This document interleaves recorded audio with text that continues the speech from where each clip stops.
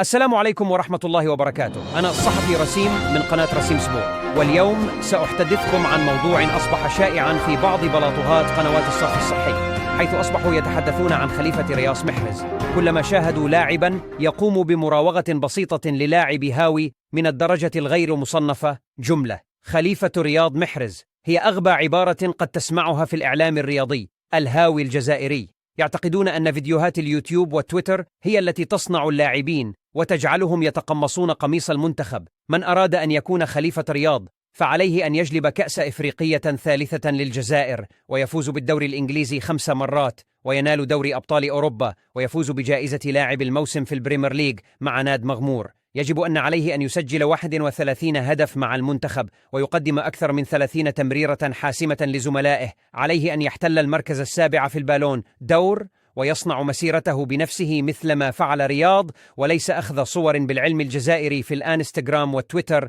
لجلب الانتباه.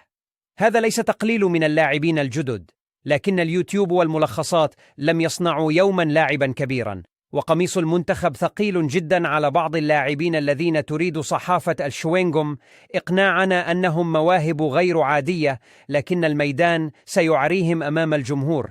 كان معكم الصحفي رسيم من قناة رسيم سبور. لا تنسوا الإعجاب بالقناة وتفعيل الجرس ليصلكم كل جديد.